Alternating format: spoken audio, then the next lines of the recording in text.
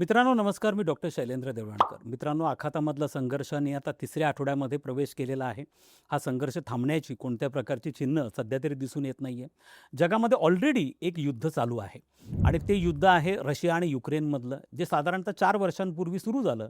24 February 2022ला रशियाने युक्रेनवरती आक्रमण केलं आणि त्यानंतर असंच वाटलं होतं की हा संघर्ष आठवडाभर चालेल, 15 दिवस चालेल, महिनाभर चालेल आणि त्यानंतर आपण असं बघतो की साधारणतः 4 वर्ष हा संघर्ष गेली 4 वर्षांपासून चालू आहे आणि त्याचा एकूणच जागतिक अर्थव्यवस्थेवरती, एकूण देशांच्या विशेष करून युरोपच्या अर्थव्यवस्थेवरती अत्यंत गंभीर अशा स्वरूपाचे परिणाम होत आहेत. त्यापूर्वी कोरोनाची महामारी होती आणि कोरोनाच्या महामारीनंतर जागतिक व्यापार हा थंडावलेला होता. राष्ट्र जी आहे ती प्रामुख्याने आत्मकेंद्री बनलेली होती. स्वतःचे इंटरेस्ट, स्वतःचे हितसंबंध यावर अधिकाधिक भर त्यांनी द्यायला सुरुवात केली होती. नंतर रशिया युक्रेन संघर्ष सुरू झाला आणि मित्रांनो, आता सेकंड कन्फ्लिक्ट झोन हा आता आखातामध्ये निर्माण झालेला आहे आणि हा जो कन्फ्लिक्ट झोन आहे, हा याच्यामध्ये एवढं प्रचंड मोठं पोटेन्शियल आहे, क्षमता आहे की हा कन्फ्लिक्ट झोन हा एका महायुद्धामध्ये कन्वर्ट होऊ शकतो. आणि याच्यामध्ये हा सुरुवातीला असं वाटलं होतं की अमेरिका, इस्रायल आणि इराण यांच्यापुरता हा मर्यादित राहील, पण तसं न होता साधारणतः आज 13-14 देशांवरती इराणने प्रतिहल्ले सुरू केलेले आहेत. म्हणजे त्यांची अप्रत्यक्षपणे इन्व्हॉल्वमेंट यामध्ये आहेच आहे.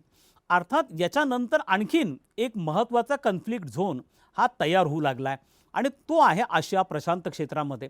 आणि त्याची चाहूल ही 2 दिवसांपूर्वी लागली, ती म्हणजे उत्तर कोरिया या देशाने जपान आणि दक्षिण कोरियाच्या दिशेने काही महत्त्वाचे मिसाईल्स फायर केले आणि हे मिसाईल्स त्यांनी सांगितलं की टेस्टिंगचा पार्ट आहे, परंतु त्यांचे मिसाईलची टेस्टिंग ही आखातामध्ये चाललेला जो संघर्ष आहे त्या संघर्षाच्या पार्श्वभूमीवरती ही टेस्टिंग झाली होती आणि हे मिसाईल्स फायर केले गेले होते.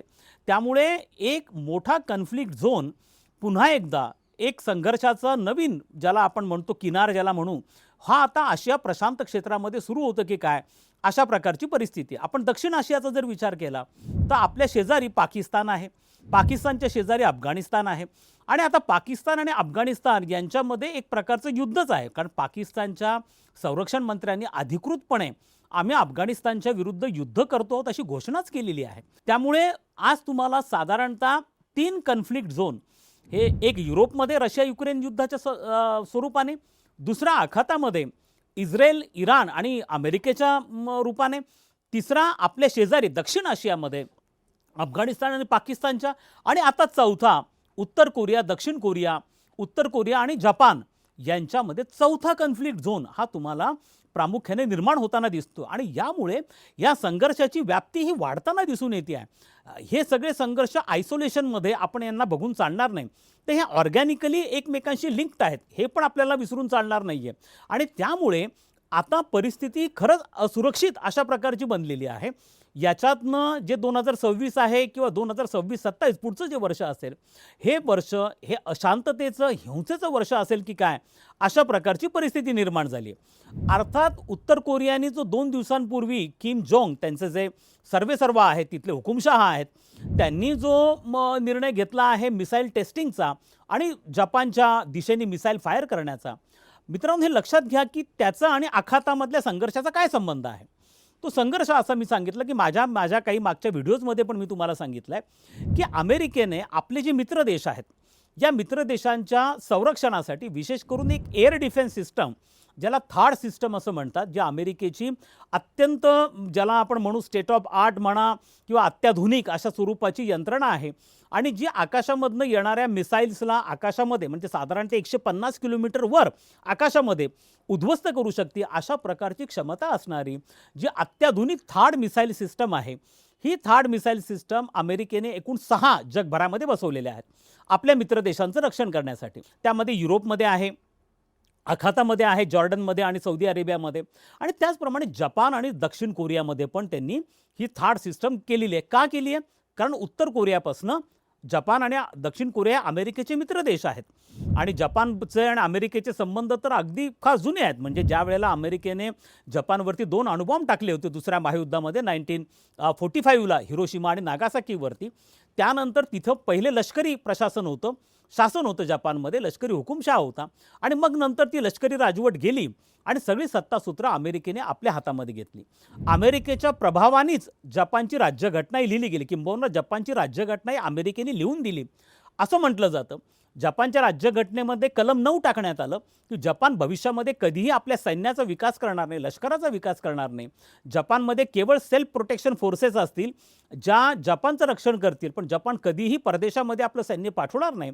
अशा प्रकारची शांततेची राज्यघटना ही अमेरिकेकडनं लिहिली गेली. 1955 मध्ये अमेरिका आणि जपानमध्ये एक करार झाला, ज्याला हेल्सिंकी ॲग्रीमेंट म्हणतात. हा कलेक्टिव्ह सिक्युरिटी ॲग्रीमेंट होता. त्यानुसार जपानच्या संरक्षणाची पूर्ण जबाबदारी ही अमेरिकेने घेतली. जपानवर आक्रमण करणं म्हणजे अमेरिकेवर आक्रमण करण्यासारखं आहे आणि म्हणून जपान हा केवळ इकॉनॉमिक प्रोग्रेसवरती आणि डेव्हलपमेंटवरती जपान लक्ष केंद्रित करायला लागला आणि आपली सुरक्षा त्यांनी आउटसोर्स केली. जपानचं जे ओकिनावा आयलंड आहे त्यावरती अजूनही 40,000 अमेरिकन सैनिक हे तैनात आहेत आणि त्याच ठिकाणी थार्ड सिस्टम ही बसवण्यात आली आहे.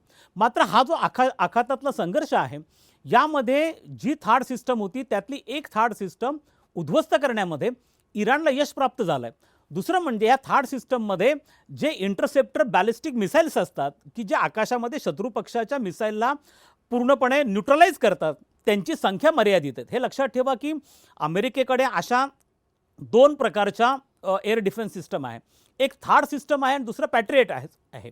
याचे जे मिसाईल्स आहेत याचं तयार करण्याचं जर तुम्ही प्रमाण पाहिलं तर साधारणतः थार्डचे 250 मिसाईल्स हे वर्षाला तयार केले जातात आणि पॅट्रियटचे साधारणतः 350-400 मिसाईल्स हे वर्षाला तयार केले जातात.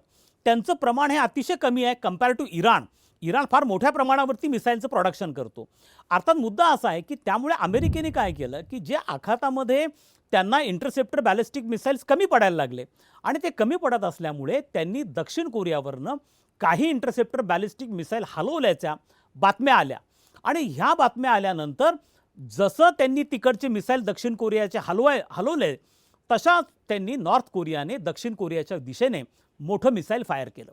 त्यामुळे आखातामधला संघर्ष आणि उत्तर कोरियाने जो मिसाईल फायर केलं यांच्यामध्ये एक प्रकारचं ऑर्गॅनिक रिलेशन आहे, हे आपल्याला विसरून चालणार नाही. अर्थात याच्यामुळे एक कळीचा प्रश्न मित्रांनो समोर येतो आहे की हे संघर्ष का वाढत आहेत. म्हणजे मी नेहमी सांगत आलो की आत्ताची जी परिस्थिती तुम्हाला जागतिक राजकारणामध्ये दिसते आहे ही प्रामुख्याने पहिलं महायुद्ध आणि दुसरं महायुद्ध याच्या दरम्यानची जी परिस्थिती, पहिलं महायुद्ध हे 1920ला संपलं आणि दुसरं महायुद्ध 1939ला सुरू झालं. आता हे 1939 आणि 1920 ही साधारणतः 19-20 वर्ष होती. त्या काळामध्ये जगाचं वातावरण कसं होतं, तर त्या काळात जगाचं वातावरण असं होतं की त्यावेळेला 1920 साली राष्ट्रसंघ हा प्रस्थापित झाला होता, परंतु तो होऊनही त्याला नखं आणि दात नव्हते. म्हणजे तो पूर्णपणे कुचकामी होता आणि त्यामुळे प्रत्येक राष्ट्र आपल्या हिताला जे योग्य आहे तसं वागायचं आणि त्यामुळे कोणाचा कोणावरती अंकुश नव्हता, कोणत्या संस्था संघटना नव्हत्या, चर्चा करायचं व्यासपीठ फारसं उपलब्ध नव्हतं आणि त्यामुळे अनेक देश आरेरावी पद्धतीने वागायला लागले, आत्मकेंद्री बनले, आपल्या हितसंबंधांना खूप महत्त्व दिलं आणि त्याच्यातनंच आपण बघतो की ज्या पद्धतीच्या नाझी किंवा फॅसिस्ट फोर्सेस हे युरोपमध्ये तयार झाल्या, यातनं जर्मनीमध्ये हिटलर तयार झाला, यातनंच इटलीमध्ये मुसोलिनी तयार झाला आणि यांनी जगाला दुसऱ्या महायुद्धाच्या दिशेने ते घेऊन गेले आणि मग जागतिक महायुद्ध 1939 पासून तर 1945 पर्यंत हे 6 वर्ष चाललं आणि ज्याच्यामध्ये अणुबॉम्बचा वापर केला गेला, लाखो लोक मेले. मित्रांनो, आज परिस्थिती तुम्हाला अशाच पद्धतीने दिसून येते. आज खरं तर संयुक्त राष्ट्र आहेत, G20 आहे, G7 आहे, इतर अनेक प्रादेशिक संघटना आहेत. पण जर तुम्ही बघत असाल की त्यांची भूमिका जी आहे ही बघ्याची भूमिका आहे, ती कुचकामी ठरलेली आहे. आज अमेरिकेला रोखण्यासाठी संयुक्त राष्ट्रसंघाला पूर्णपणे अपयश येताना आपल्याला दिसून येतं आहे आणि त्यामुळे अमेरिका असेल किंवा इस्रायल असेल किंवा इतरही देश आहेत, फॉर दॅट मॅटर अगदी रशिया आहे, रशियाने युक्रेनमध्ये वन साइडेड मिलिटरी इंटरव्हेन्शन केलं. उद्या चायना तैवानमध्ये वन साइडेड मिलिटरी इंटरव्हेन्शन करू शकतो, ज्याला युनिलॅटरल मिलिटरी इंटरव्हेन्शन म्हणतो. कोणताही देश आपल्या मनाला वाटेल तसं इतर देशांच्या विरुद्ध आर्थिक निर्बंध लावतो. टॅरिफ WTOला धाब्यावर बसून काय पाहिजे तेवढे टॅरिफ लावले जातात. त्यामुळे जागतिक संघटना, या संदर्भात बनवलं गेलेला आंतरराष्ट्रीय कायदा, याचे नियम, अनेक करार, ह्या सगळ्यांना काडीचं महत्त्व राहिलेलं नाही आहे. जिसकी लाठी उसकी भैंस अशा पद्धतीने जे मोठी देश आहेत ते आपल्याला पटेल तसं करता आहेत आणि त्यामुळे छोट्या देशांच्या सुरक्षेचा प्रश्न गंभीर निर्माण झालेला आहे. आता जर आंतरराष्ट्रीय संस्था संघटनाच या मोठ्या देशांना नियंत्रित करू शकत नसेल, तर यांची अनियंत्रित इच्छा ही जगाला पुन्हा एका मोठ्या संघर्षाच्या दिशेने घेऊन जाऊ शकते आणि त्याच्यावरती कोणाचंही नियंत्रण नाही आहे. आता आपण हे 4 प्रकारचे कन्फ्लिक्ट झोन जगामध्ये निर्माण होताना बघतो आहोत आणि ही परिस्थिती जर पुढे कोणत्याही नियंत्रणाशिवाय गेली तर आणखीन एका मोठ्या संघर्षाकडे, एका तिसऱ्या महायुद्धाच्या दिशेने जग जाऊ शकतं. 1990-91ला जेव्हा सोव्हिएत संघाचं विघटन झालं आणि शीतयुद्धाचा शेवट घडून आला, तेव्हा अनेक अभ्यासकांनी अनेक पुस्तकं लिहिली आणि त्यांनी सांगितले की आता युद्ध होणार नाही आहेत जगामध्ये, कारण आर्थिक परस्परावलंबित्व वाढत चाललं होतं, व्यापार वाढत चालला होता आणि त्यामुळे आर्थिक हितसंबंधांना प्राधान्य दिलं गेलं होतं. त्यामुळे आता एवढ्या मोठ्या मोठ्या सैन्यांचं करायचं काय हा प्रश्नचिन्ह निर्माण झाला. युद्ध भविष्यात होणार नाही असा युक्तिवाद करणाऱ्या अभ्यासकांची संख्या फार मोठी आहे. अनेक पुस्तकं त्या संदर्भामध्ये लिहिली गेलेली आहेत. आणि त्यानंतर मात्र ह्या ज्या सगळे सिद्धांत होते, ह्या थेरीज होत्या, ह्या सगळ्या कालबाह्य ठरल्या जेव्हा आपण 1920च्या दशकामध्ये प्रवेश केला, 2020च्या दशकामध्ये, आणि आपल्याला असं दिसून येतं की आता संघर्षाची संख्या वाढत चालली आहे. राष्ट्र एक दुसऱ्यांवरती आक्रमण करायला लागलेत आणि त्यामुळे पुन्हा एकदा जागतिक परिस्थिती अत्यंत स्फोटक अशा प्रकारची बनलेली आहे. जर या परिस्थितीवरती लवकरच नियंत्रण ठेवलं नाही गेलं तर जगाला आर्थिक महामंदीचा सामना करावा लागू शकतो किंवा एका तिसऱ्या मोठ्या जागतिक युद्धाचा सामना करावा लागू शकतो.